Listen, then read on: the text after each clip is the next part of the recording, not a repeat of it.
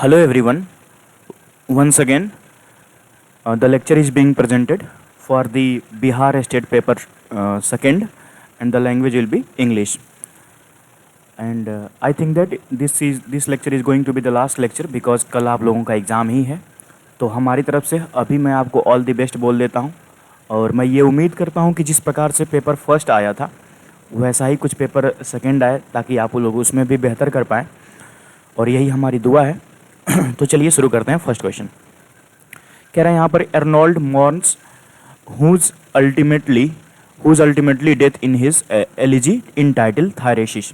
तो जो थायरेसिस नाम से जो यानी कि उनका थायरेसिस के नाम से जो उनका पोएम आया था उसमें उन्होंने किसको मॉर्न किया था, यानी अल्फ्रेड लॉर्ड टेनिसन की ये पोएम थी थायरेसिस. तो टेनिसन, ठीक है, ये क्वेश्चन तो बहुत ज़्यादा उम्मीद है कि कोई एग्ज़ाम में बने.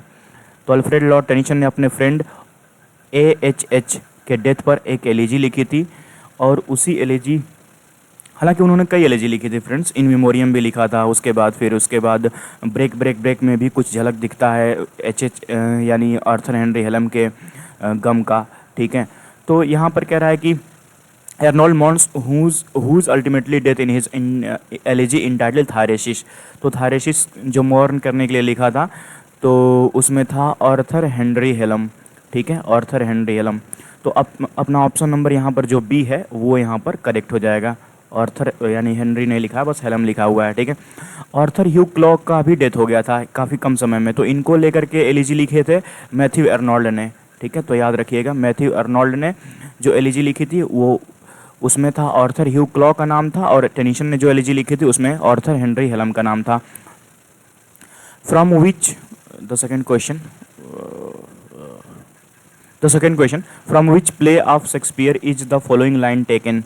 तो शेक्सपियर के किस लाइन से ये प्ले लिया गया है? तो life is a tale told by an idiot full of sound and fury. तो ये जो प्ले का नाम था उसका नाम था मैकबेथ. तो ऑप्शन नंबर डी जो है will be the correct, Macbeth. ये क्या है? तो एक ट्रेजिडी प्ले था, विलियम शेक्सपियर का एक ट्रेजिडी प्ले आया था जो कि फेमस भी है. मैकबेथ आप नाम याद रखेंगे. ठीक है, ट्रेजिडी प्ले यहाँ पर मैं लिख देता हूँ, ट्रेजिडी प्ले.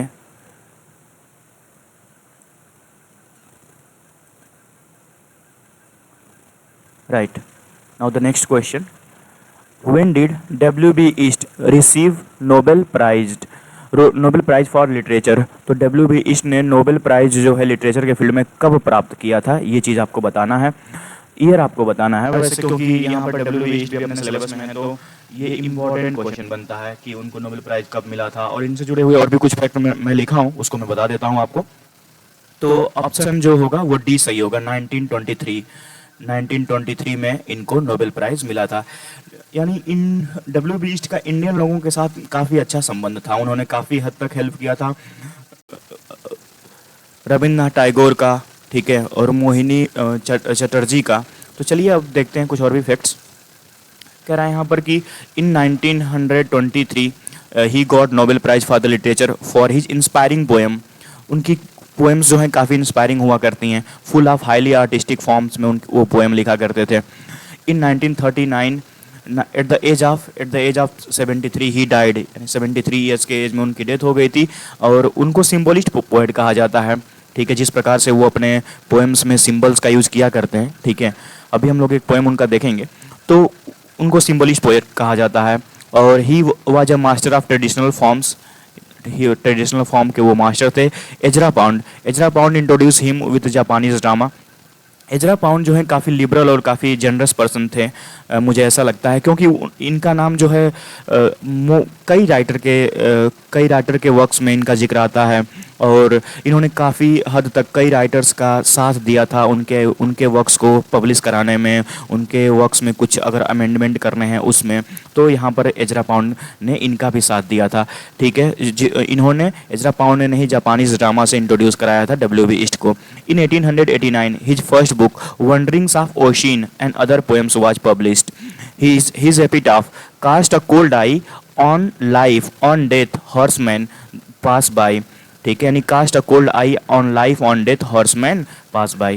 ये एपिटाफ है. एपिटाफ क्या होता है? तो जो भी प्रोमिनेंट पर्सन की जब डेथ हो जाती है तो उनके कब्र पे कुछ फेमस लाइन लिख दी जाती हैं, तो उसी को हम लोग एपिटाफ बोलते हैं। तो उनके यानी W.B. ईस्ट के एपिटाफ पर ये लाइन लिखी गई है।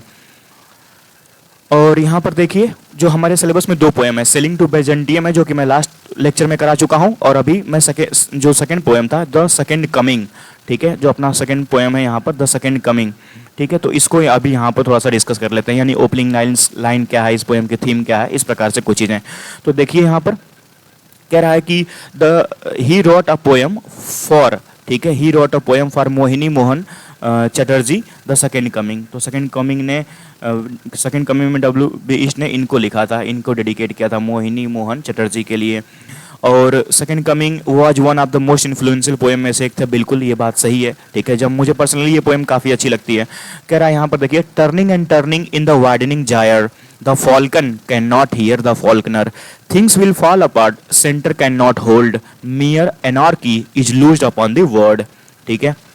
मतलब सारी चीज़ें तबाह हो रही हैं, अस्त व्यस्त सब कुछ चल रहा है, ठीक है, कुछ भी जीवन में अच्छा नहीं चल रहा है, इस दुनिया में बल्कि अच्छा नहीं चल रहा है, उसी को यहाँ पर कह रहे हैं कि blood dimmed tide is loosed and everywhere the ceremony of innocence is drowned. मतलब हर जगह जो भी सेरेमनी ऑफ इनोसेंस थे, यानी इनोसेंस लोगों का राज खत्म हो रहा है, ठीक है, चारों तरफ जो है भयावह तरह के एटमॉस्फेयर क्रिएट किए जा रहे हैं।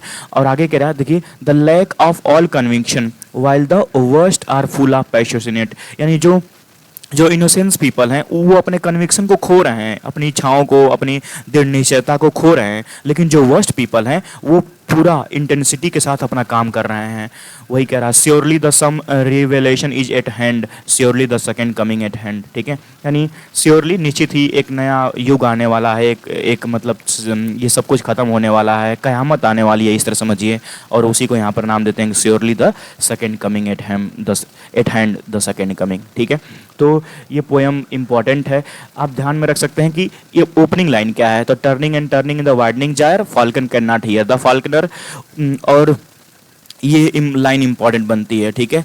The ceremony of innocence is drowned, the lack of all conviction while the worst are full of passionate intensity, ठीक है। ये यहाँ से इंपॉर्टेंट है। तो चलिए, what is the name of the hero of Hemingway the old man and the sea, ठीक है, ओल्ड मैन एंड द सी। तो हेमिंगवे की जो नॉवेल है ओल्ड मैन एंड सी, उसमें जो प्रोटोगनिस्ट था उसका नाम था सेंटियागो, ठीक है। ओल्ड मैन एंड द सी के वजह से ही अर्नेस्ट हेमिंगवे को जो है पुलित्जर प्राइज मिला था, ठीक है। The number of sonnets authored by Shakespeare is, तो शेक्सपियर ने टोटल कितने सोनेट लिखे, तो 154 सोनेट लिखे हैं। In which poem of Keats is the following line occur, तो किड्स के किस पोएम में ये जो लाइन है वो लिखी गई है। तो ये इसका आंसर होगा ऑप्शन नंबर डी, इंडेमियन, ठीक है। तो फ्रेंड्स, इंडेमियन के बारे में और भी कुछ जानते हैं क्योंकि किड्स हमारे सिलेबस में है। तो कह रहा है कि इंडेमियन जो था वो 1818 में पब्लिश हुआ था। ये एक लॉन्ग नरेटिव पोएम है जिसमें बताया गया है किसके बारे में, तो ग्रीक माइथोलॉजी के बारे में बताया गया, जिसमें एक मून गॉडेस हैं जिसका नाम है Cynthia for a Greek youth Endymion, ठीक है। तो यानी लव स्टोरी दिखाई गई है जो सिंथिया और इंडेमियन के बीच में, जो कि ग्रीक माइथोलॉजी के हिस्सा हैं। तो उन्हीं को किड्स ने अपने पोएम इंडेमियन में लिखा है। ये जो पोएम था वो डेडिकेटेड था, तो डेडिकेटेड टू चेटरटन, ठीक है। लॉर्ड चेटरटन जो हैं वो किड्स के फ्रेंड थे, तो उनको ये इन्होंने डेडिकेट किया था। रिटन इन आयम्बिक पेंटामीटर, और हीरोइक कपलेट भी इसमें है। तो आयम्बिक पेंटामीटर और हीरोइक कपलेट भी है। ये जो पोएम थी वो 4 बुक में डिवाइड थी, और ईच बुक में पूरा 1000 लाइन्स थे। It opens with the famous line, a thing of beauty is Joy for ever, it loveliness is increase, ठीक है। तो वही ये लाइन है। ये पोएम की स्टार्टिंग है, इंडेमियन की जो स्टार्टिंग होती है वो इसी लाइन से होती है, a thing of beauty is Joy for ever, it's loveliness increase. तो इंडेमियम अपना यहाँ पर करेक्ट आंसर हो जाएगा। लेकिन दरअसल ओड टू ग्रेशियन अर्न जो है वो भी किड्स का फेमस पोएम है, तो लगे हाथ में हम लोग इसको भी देख लेते हैं। कह रहा है यहाँ पर कि ओड टू ग्रेशियन अर्न जो है उसके बारे में हम लोग यहाँ पर कुछ पॉइंट देखते हैं कि ये जो है वो 1819 में लिखा गया था, ठीक है। और हियर्ड मेलोडीज आर स्वीटर, यानी कुछ इंपॉर्टेंट लाइन यहाँ पर लिखा हुआ है। तो कह रहा है कि heard melodies are sweeter but those unheard are sweeter, ठीक है। तो वही यहाँ पे कह रहा है कि जो बिना हियर्ड मेलोडीज आर स्वीट, यानी कि जो सुन लेते हैं जो बातों को वो तो काफ़ी स्वीट होते हैं, लेकिन जो जो बातें हम लोग नहीं सुने रहते हैं वे काफ़ी स्वीटर होते हैं, ठीक है। यानी उनके सुनने की इच्छा जो है हमारी बहुत बढ़ जाती है, उसी को यहाँ पर कह रहे हैं। ओड टू अग्रेशन अर्न में ही ये लाइन कही गई है। और भी इंपॉर्टेंट लाइन है, कह रहा है यहाँ पर कि दाऊ स्टील अनरेविस्ड ब्राइड ऑफ क्वाइटनेस। तो वो ग्रेशन अर्न जो है, कलश जिसको बोलते हैं, उसकी खूबसूरती बहुत ज़्यादा थी, तो उसी को लेकर के यानी जॉन किट्स ने ये पोएम लिखा था। तो Keats called the urn the sylvan historian sylvan historian कहा है किट्स ने उस अर्न को। और आगे और क्या लाइन है, तो ब्यूटी इज ट्रूथ, ये जो लाइन है, beauty is truth and truth is beauty, that is all ye know on earth and all ye need to know, ठीक है। ये अक्सर आप पोएम या फिर किसी के मुंह से सुने भी होंगे, beauty is truth, truth is beauty, that is all ye know on earth and all ye need to know. तो ये उसी की लाइन है, ठीक है। यानी काफ़ी कम उम्र में 22 साल के उम्र में 22-25 साल के उम्र में ही जॉन किट्स की डेथ हो जाती है, और इतनी कम उम्र में ही उनको इतना बड़ा जो अनुभव है वो हासिल हो गया था। सोचने की बात है। तो यहाँ पे कह रहा है कि heard melodies are sweet but those unheard are sweeter, ठीक है, वो सेम लाइन है। Which among of the following is the novel by the William Faulkner. तो विलियम फॉकनर का इसमें से कौन सा नॉवेल है, तो ये है the sound and the fury. The sound and the fury, William Faulkner एक अमेरिकन नॉवेलिस्ट हैं।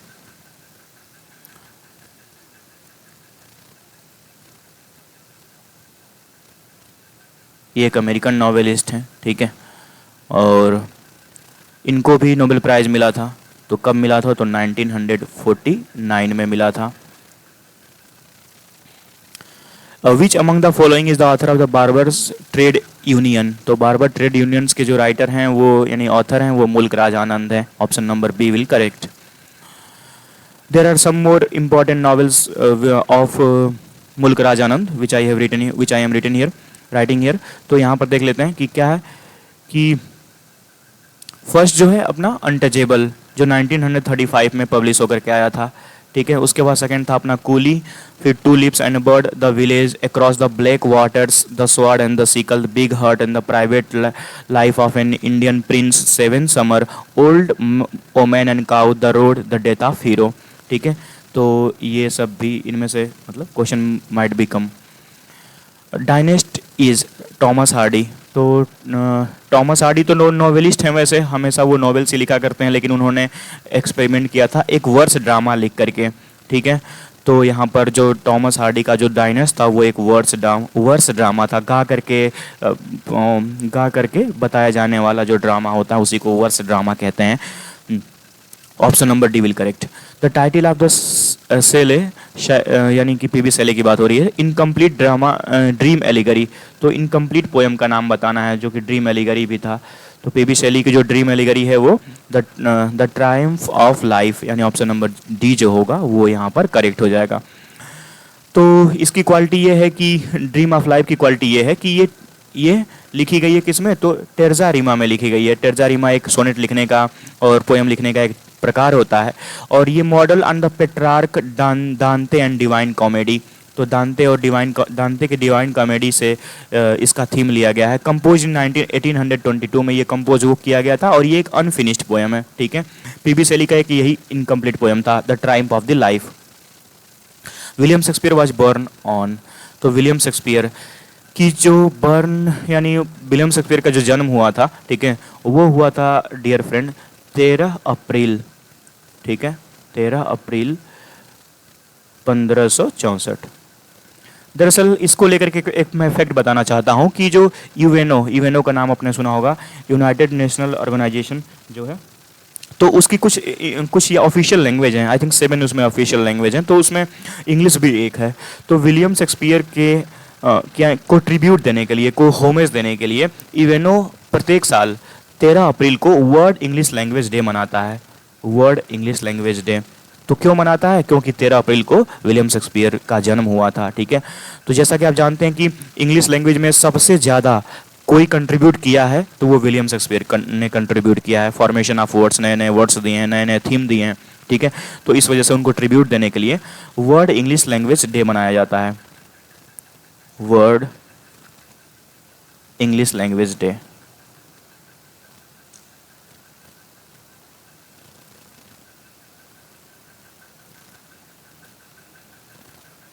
लैंग्वेज डे मनाया जाता है। सेले एडोनिश इज, तो पीबी शेली का जो एडोनिस था वो क्या था? तो एक पेस्टोरल एलिजी था, ये आप तो जानते ही होंगे क्योंकि ये एलिजी लिखी गई थी तो किड्स के डेथ पर, किड्स के जॉन किड्स के डेथ को मॉर्न करने के लिए पीबी शेली ने एडोनिस्ट को लिखा था। किड्स और पीबी शेली काफ़ी अच्छे दोस्त थे, तो किड्स की पहले डेथ हो गई थी। कह रहा है यहाँ पर कि ओजमेंडियास, यानी किड्स के कुछ और भी वर्क हैं, तो उसमें है अपना कि ओजमेंडियास जो वर्क था वो ये सिलेबस में अपने ओजमेंडियास, इसके बारे में मैं पिछले लेक्चर में डिस्कस भी कर चुका हूँ। Ode to the west wind, देखिए ध्यान रखिए, ode to the west wind जब कहेगा ना, ode to the west wind PB Shelley की है, और वो टू द नाइटिंगेल की जब बात करेगा तो वो फिर किड्स की हो जाती है। और to a skylark publish जो हुआ था 1820 में हुआ था। एपिसाइकेडियन 1821 में हुआ था। द ट्रायम्फ ऑफ लाइफ, ठीक है, ये देखिए ये इसी पोएम की हम बात कर रहे थे। The triumph of life unfinished poem of PB Shelley. The defence of poetry Hellas है यहाँ पर। ठीक है, हेलाज में क्या था? He wrote to raise the money for the Greek war of independence, to Wordsworth, Julian and Maddalo, the revolt of Islam, the cloud hymn to the intellectual beauty, love philosophy, stanzas written in the dejection near the Naples. आप इसको video को pause करके पढ़ भी सकते हैं और PDF लेकर के भी पढ़ सकते हैं। Who said my heart aches and drowsy numbness pain, तो किसने कहा था कि my heart aches and drowsy numbness pain? ठीक है फ्रेंड्स, तो आपको ये बताना है, तो ये किड्स ने कहा था, जॉन किड्स ने ये कहा था, तो ऑप्शन नंबर जो सी है वो करेक्ट हो जाएगा। तो किड्स ने किस में कहा था? तो यहाँ पर लिखा है ode to a nightingale, ode to nightingale में उन्होंने कहा था। किड्स से जुड़ा हुआ कुछ और भी वर्क यहाँ पर लिखा हूँ कि on the first looking into the Chapman's Homer's, Endymion है, इसाबेला है, लेमिया है, हैपेरियन है, यू ऑफ सेंट एग्नीज है, उसके बाद ला बेलेडेम सेंस मर्सी है, लिरिकल बैलॉड है, ये लिरिकल बैलॉड है। ओ टू इंडोलेंस है, ode to Psyche, ode to autumn, ode to melancholy, ode to Grecian urn, ये इंपॉर्टेंट पोएम है, ओ टू ग्रेशियन अर्न। ठीक है, ode to a nightingale, ode to a nightingale, और he was also introduce the concept of negative capability. Who among these is called the homespun philosopher? तो होमस्पन यानी कि होमस्पन philosopher किसको कहा जाता है? तो ये एक इंडियन फिलोसोफर थे जिनका नाम था राजा राव। ठीक है, कांथापूरा, कांथापूरा इनका फेमस नॉवेल है, आप इसको ध्यान रखेंगे, कांथापूरा। ठीक है, राजा राव ने ही लिखा है।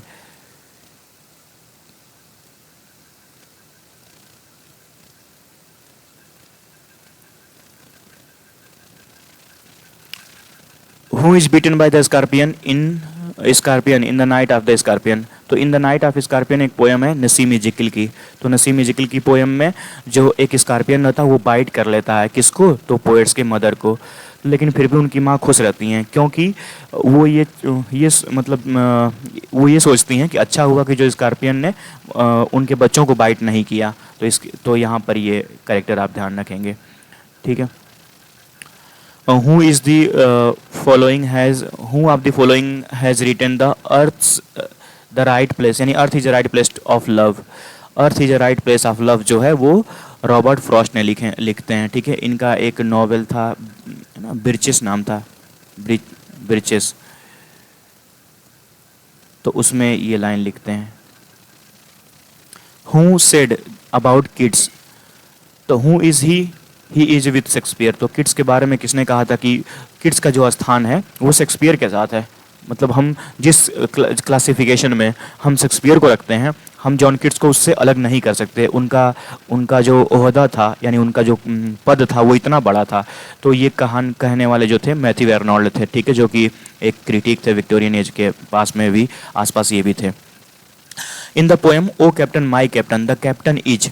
ठीक है, तो इस पूरे यानी कि ओ कैप्टन माई कैप्टन जो पोएम था जिसको वाल्ट विटमैन ने लिखा था, तो उसमें कैप्टन किसको बताया गया है?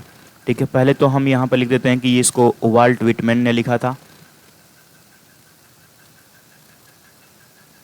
He was also a prominent American poet, जिन्होंने स्लेवरी सिस्टम को ख़त्म करने का प्रयास किया, और जिन्होंने भी ख़त्म किया उनका साथ उन्होंने दिया था।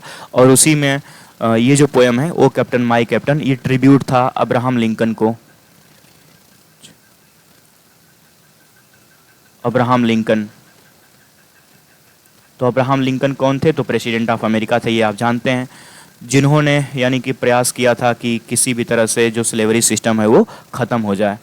तो ओ कैप्टन, तो ओ कैप्टन में जिक्र हुआ है अब्राहम लिंकन का, ऑप्शन नंबर बी यहाँ पर सही हो जाएगा। ठीक है, तो इसमें कई इमेजेस का प्रयोग किया गया, जैसे कैप्टन की बात की जाएगी तो अब्राहम लिंकन हो जाएगा। ठीक है, और उसी तरह जब शिप की बात की जाएगी फ्रेंड्स, ठीक है, यानी जब जो शिप था जो पानी में चल रहा था, ठीक है, तो जब उसकी बात की जाएगी तो शिप को उन्होंने यूएसए को शिप कहा है, अमेरिका को उन्होंने शिप कहा है। ठीक है, उसके बाद जो ओयाज है, VOYAGH जो है ओयाज, ओयाज का इन्होंने सिम्बलाइज किया था सिविल वॉर को, जो अमेरिका में सिविल वॉर चल रहा था, ठीक है, स्लेवरी सिस्टम को ख़त्म करने के लिए, तो उसकी यहाँ पर बात करते हैं। तो कुछ सिंबलिस्ट हैं, तो याद रखिएगा, कैप्टन की जब बात की जाएगी तो उस पोएम में कैप्टन अब्राहम लिंकन थे। शिप की जब बात की जाएगी तो वो शिप यूएसए को कहा है, और ओयाज की जब बात की जाएगी तो उन्होंने सिविल वॉर को कहा था। And miles to go before I sleep, and miles to go before I sleep, बड़ी प्यारी लाइन है। ठीक है, ये लाइन इतनी फेवरेट थी कि जब पंडित जवाहरलाल नेहरू का डेथ हुआ तो उनके डेस्क पर ये लाइन मिली थी, यानी हम ये कह सकते हैं कि this was the favourite line of our first prime minister and Pandit Jawaharlal Nehru. तो ये जो लाइन है वो stopping by woods, stopping by woods का ये जो है लाइन है। ठीक है, ये जो पोएम है वो कंपोज किया गया था रॉबर्ट फ्रॉस्ट के द्वारा, रॉबर्ट फ्रॉस्ट, रॉबर्ट फ्रॉस्ट के द्वारा। और यहाँ पर ये जो है द रोड नॉट टेकन जो लिखा हुआ है, ये भी रॉबर्ट फ्रॉस्ट के ही द्वारा कंपोज किया गया था, लेकिन ये जो है इसका आंसर नहीं होगा। कह रहा है कि who wrote the poem lady of सैलोट, द लेडी ऑफ सैलोट नाम से जो पोएम लिखा गया था वो अल्फ्रेड लॉर्ड टेनिसन ने लिखा था, representative poet of Victorian as.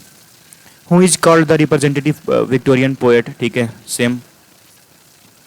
The concept of objective correlative was profounded by, तो जो ऑब्जेक्टिव कोरिलेटिव का जो कॉन्सेप्ट था, ठीक है, इसको दिया था, तो इसको देने वाले थे टी.एस. इलियट ने दिया था फ्रेंड्स। ठीक है, 100% सही है, ये टी.एस. इलियट ने ऑब्जेक्टिव कोरिलेटिव का कॉन्सेप्ट को दिया था। यानी इन्होंने बताया था कि ड्रामा जो लिखा जाता है तो उसमें कुछ कॉन्सेप्ट होता है, उसी को लेकर के इन्होंने ऑब्जेक्टिव कोरिलेटिव कहा था, यानी कि जिस प्रकार का इमोशन प्रोटोगनिस्ट बोल रहा है ठीक उसी प्रकार का इन्वायरमेंट बैकग्राउंड में क्रिएट होना चाहिए। ठीक है, तो वही कॉन्सेप्ट था ऑब्जेक्टिव कोरिलेटिव का। आगे भी कह रहा है कि and miles to go before I sleep, and miles to go before I sleep, तो स्टॉपिंग यहाँ पर स्टॉपिंग बाय द वर्ड्स हो जाएगा इसका answer. What is the stream of consciousness technique, तो स्ट्रीम ऑफ कॉन्शियसनेस जो एक टेक्निक हुआ करती हैं, ठीक है, नॉवेल्स लिखने का, तो इसमें क्या होता है कि जो प्रोटोगनिस्ट होता है वो उसमें इनर थॉट उसका यानी कि फ्लो होता रहता है, तो वही यहाँ पे कह रहा है कि the technique which depict the inner thoughts and feeling, यानी एक ऐसा नॉवेल जिसमें किसी भी राइटर का या फिर किसी भी प्रोटोगनिस्ट का इनर थॉट्स और फीलिंग बताई जाती है, उसी को हम लोग इस स्ट्रीम ऑफ कॉन्शियसनेस टेक्निक कहते हैं। ठीक है, ये सब नहीं होगा। लेट नॉलेज, कह रहा है यहाँ पर let knowledge grow from more to more but more of reverence in us dwell, in which poem of Tennyson do we find the above quoted line, तो ये जो लाइन है एबव लाइन है वो किस पोएम में कहा गया है, तो इसको आप बताने का प्रयास करिए।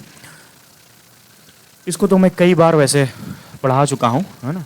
ये भी एक एलिजी थी जिसका नाम था इन मेमोरियम, तो इन मेमोरियम में ये लाइन कही गई है, याद रखिए। इन मेमोरियम जो है अपने सिलेबस में है फ्रेंड्स, तो इस लाइन को अगर आप याद रखते हैं तो ये चांस बनता है कि लाइन पूछे जाते हैं एग्जाम में, तो आ भी सकता है, हालांकि फिर आएगा तो फिर वो एक अच्छा क्वेश्चन होगा। In which famous poem does Walt Whitman make reference to the Suez Canal and the wire lines across the Atlantic? तो स्वेज कैनाल और स्वेज कैनाल जब बन गया और फिर उसके बाद केबल बिछाए जा रहे थे नॉर्थ अटलांटिक ओशन में, तो इसी का जिक्र वो करते हैं पैसेज टू इंडिया में, ठीक है, कौन करता है, तो वाल्ट विटमैन करते हैं। Which of the following is the first poem of Eliot, first published volume of the verse, ठीक है, इसका आंसर हो जाएगा the love song of J Alfred Prufrock. Point out the figure of speech in the following line, ठीक है।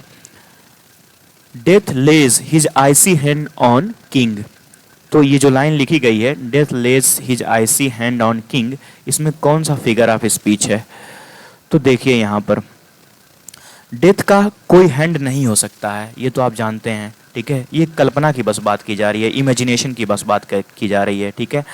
और जब भी हम किसी नॉन लिविंग थिंग्स को लिविंग थिंग्स से जोड़ करके देखते हैं, ठीक है, तो वहाँ पर जो फिगर ऑफ स्पीच यूज़ किया जाता है वो होता है पर्सोनिफिकेशन होता है। तो ऑप्शन नंबर जो बी है वो अपना यहाँ पर करेक्ट हो जाएगा। ऐसा इसलिए क्योंकि जो डेथ का तो हैंड होता नहीं है, लेकिन फिर भी यहाँ पर कह रहा है कि death lays his Aishi hand, लेकिन फिर भी उसको डेथ का हैंड दिखाया गया है, यानी डेथ को आदमियों की तरह प्रेजेंट किया गया है, इस वजह से उसको पर्सोनिफिकेशन हम कहेंगे। और भी कुछ यहाँ पर फिगर ऑफ स्पीच हैं जो आपको जानने चाहिए। एक होता है पैथेटिक फैलेसी, ये इंपॉर्टेंट है। तो पैथेटिक फैलेसी भी इमेजिनेशन पर ही बेस्ड होता है, इसको हम लोग यानी कि इसको एक अदर फॉर्म ऑफ पर्सोनिफिकेशन भी हम इसको कह सकते हैं। फ़र्क कितना है इसमें कि नेचर को पोर्ट्रे किया जाता है, इंसान की तरह नेचर के चीज़ों को पोर्ट्रे किया जाता है। तो nature is portrayed as taking a definite interest in human action. ये जो पैथेटिक फेलोशी वर्ड है ये जॉन रस्किन ने कॉइंड किया था 1856 में। और एग्जाम्पल अगर हम बात करें पैथेटिक फेलोशी का तो कह रहा है कि अर्थ फेल्ट द वुंड, ठीक है।